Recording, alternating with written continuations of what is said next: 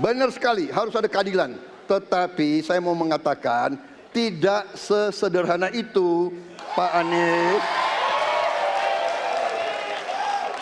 Ada faktor-faktor lain, Pak Anies.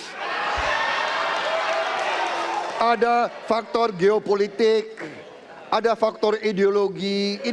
Inilah yang masalahnya tidak gampang, ya. Tetapi saya pendapat kita harus tegakkan keadilan. Kita harus dialog. Ini masalah bangsa. Ini harus kita, semua kekuatan harus kita rangkul.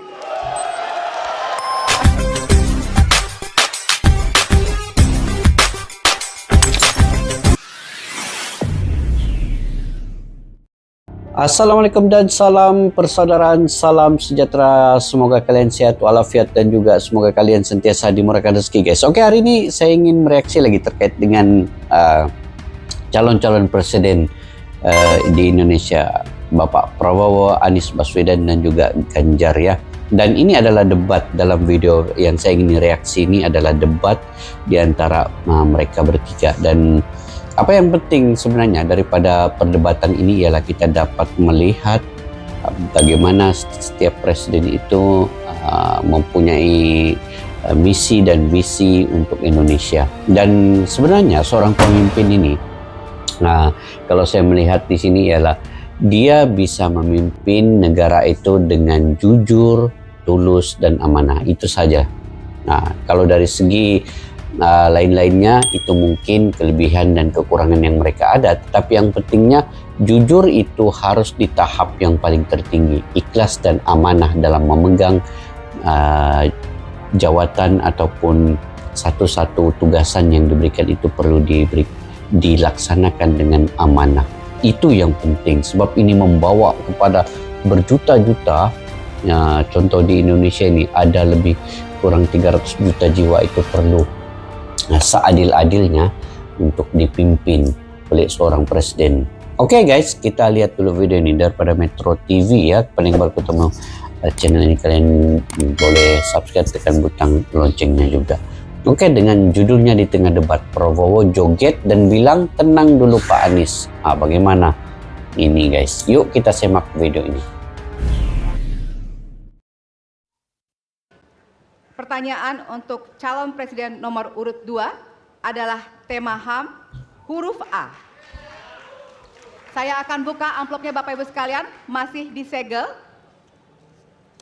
Tapi di Indonesia ini, guys, berdebat dengan secara di khalayak ramai ini, debat yang bertoleransi dan juga suara-suara itu didengari oleh siapa saja, itu normal kan di Indonesia. Itu saya ingat satu demokrasi yang sangat terbaik untuk pemilihan presiden, yang mana mereka dipertemukan dan juga mereka ditanyakan soalan-soalan yang mungkin jawaban mereka itu bisa untuk melihat rakyat melihat ataupun masyarakat melihat watak dan juga cara pemikiran, kecerdasan pemikiran mereka itu kan. Ini yang bagus nih. Oke, kita tengok soalannya. Kita dengar.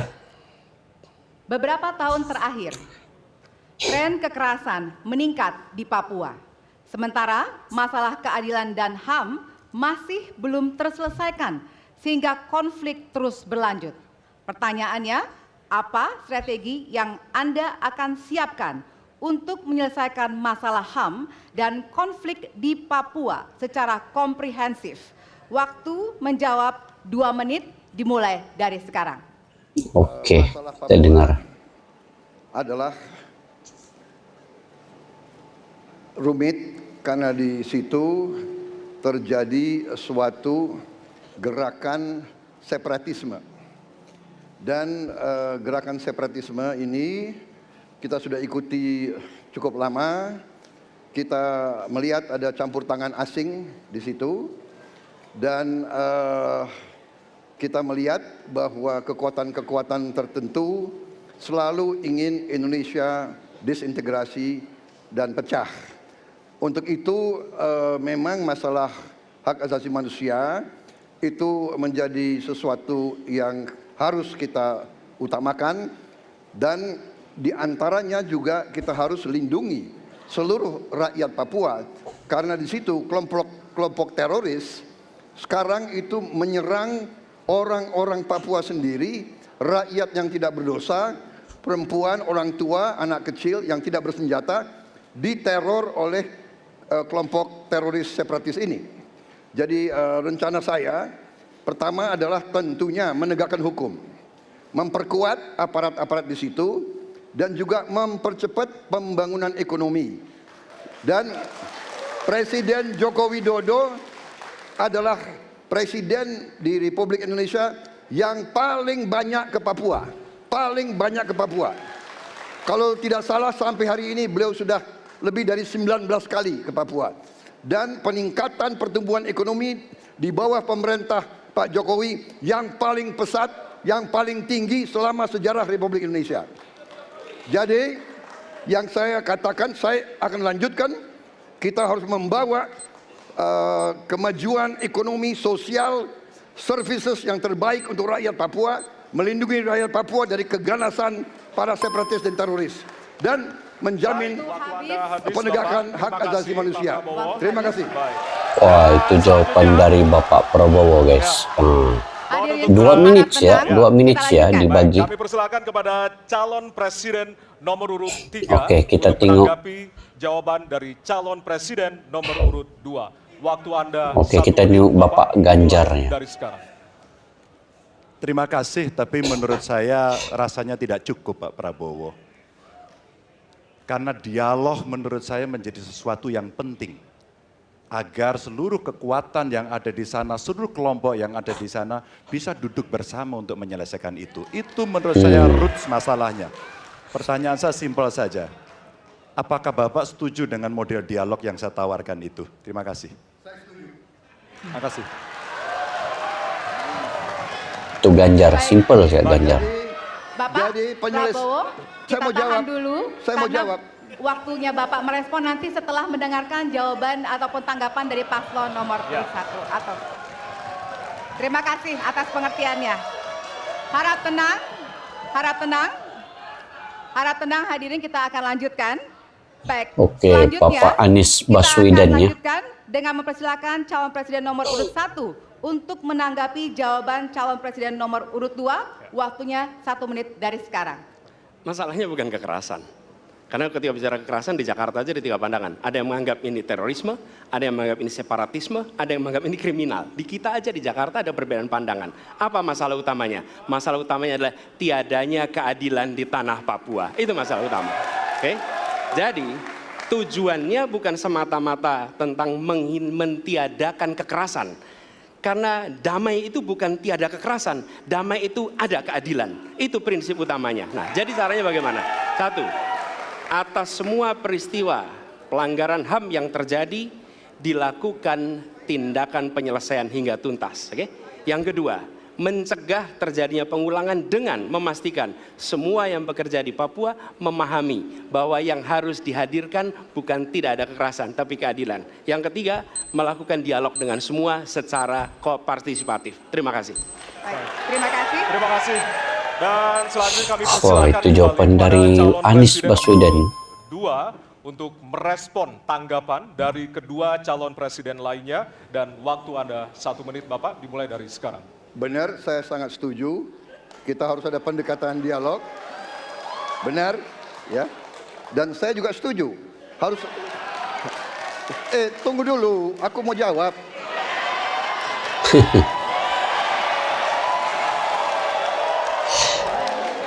Jadi, benar keadilan. Benar sekali, harus ada keadilan. Tetapi saya mau mengatakan, tidak sesederhana itu, Pak Anies. Ada faktor-faktor lain, Pak Anies. Ada faktor geopolitik, ada faktor ideologi. Inilah yang masalahnya tidak gampang, ya. Tetapi saya pendapat kita harus tegakkan keadilan. Kita harus dialog. Ini masalah bangsa. Ini harus kita, semua kekuatan harus kita rangkul. Baik, waktu habis, Bapak. Waktu habis, Bapak. Terima kasih. Hadirin harap tenang. Oke guys, itu dialog antara ketiga-tiga calon presiden yang ada di Indonesia, Bapak Prabowo, Pak Ganjar dan juga Bapak Anies Baswedan. Memang ketiga-tiga calon ini mempunyai kepemimpinan yang tersendiri, mempunyai kelebihan masing-masing dan kekurangan masing-masing, dan kecerdasan bercerita, kecerdasan berbicara itu penting juga di khalayak ramai dan menjawab soalan-soalan. Tapi yang paling pentingnya adalah tindakan. Tidak hanya kepada perwatakan yang mampu berbicara secara baik, secara tuntas di khalayak ramai, tetapi apa tindakan yang dilakukan selepas itu, dan pelaksanaan itu yang lagi penting sebenarnya di dalam memimpin sebuah negara. Keputusan yang diambil dan juga apa-apa saja tindakan yang diambil itu membawa kepada keputusan keadilan untuk semua, bukan hanya satu suku bangsa saja. Jadi ketiga-tiga calon ini telah bersatu di dalam menjayakan debat ini dan memberikan satu buah pikiran yang mana untuk penyelesaian di Papua itu perlunya ada keadilan, perlunya ada debat, perlunya ada penegakan hukum. Jadi sebenarnya kalau disatukan ini, ya dia menjadi satu tindakan yang sama-sama untuk menyelesaikan masalah di Papua. Jadi perdebatan di Indonesia ini sebenarnya baik untuk penyelesaian masalah, guys. Jadi saya kurang pasti dan saya pun tidak mengetahui secara keseluruhannya tentang terkait dengan calon-calon presiden ini. Mungkin kalian lebih mengetahui, cuma saya punya pandangan daripada segi melihat ketiga calon presiden ini, mereka mempunyai kelebihan masing-masing dan mereka juga mampu membawa Indonesia lebih maju di masa depan. Cuma yang pilihan kalian itu kalian yang tentukan sendiri. Yang pentingnya semoga Indonesia siapapun yang memimpinnya nanti akan berada dalam satu tahap kepimpinan yang baik dan juga kejayaan kepada Indonesia di masa hadapan. Dan mudah-mudahan Indonesia dianugerahi pemimpin yang berkaliber, berakhlak dan juga jujur, amanah, tulus dalam membawa kemajuan kepada Indonesia dan keadilan kepada semua suku bangsa yang ada di Indonesia. Oke guys, sampai di situ saja video pada kali ini. Mungkin kalian punya pandangan pendapat sendiri, kalian boleh komentar di ruang kolom di bawah. Sampai kita berjumpa lagi guys di video yang akan datang. Assalamualaikum warahmatullahi wabarakatuh. Bye bye.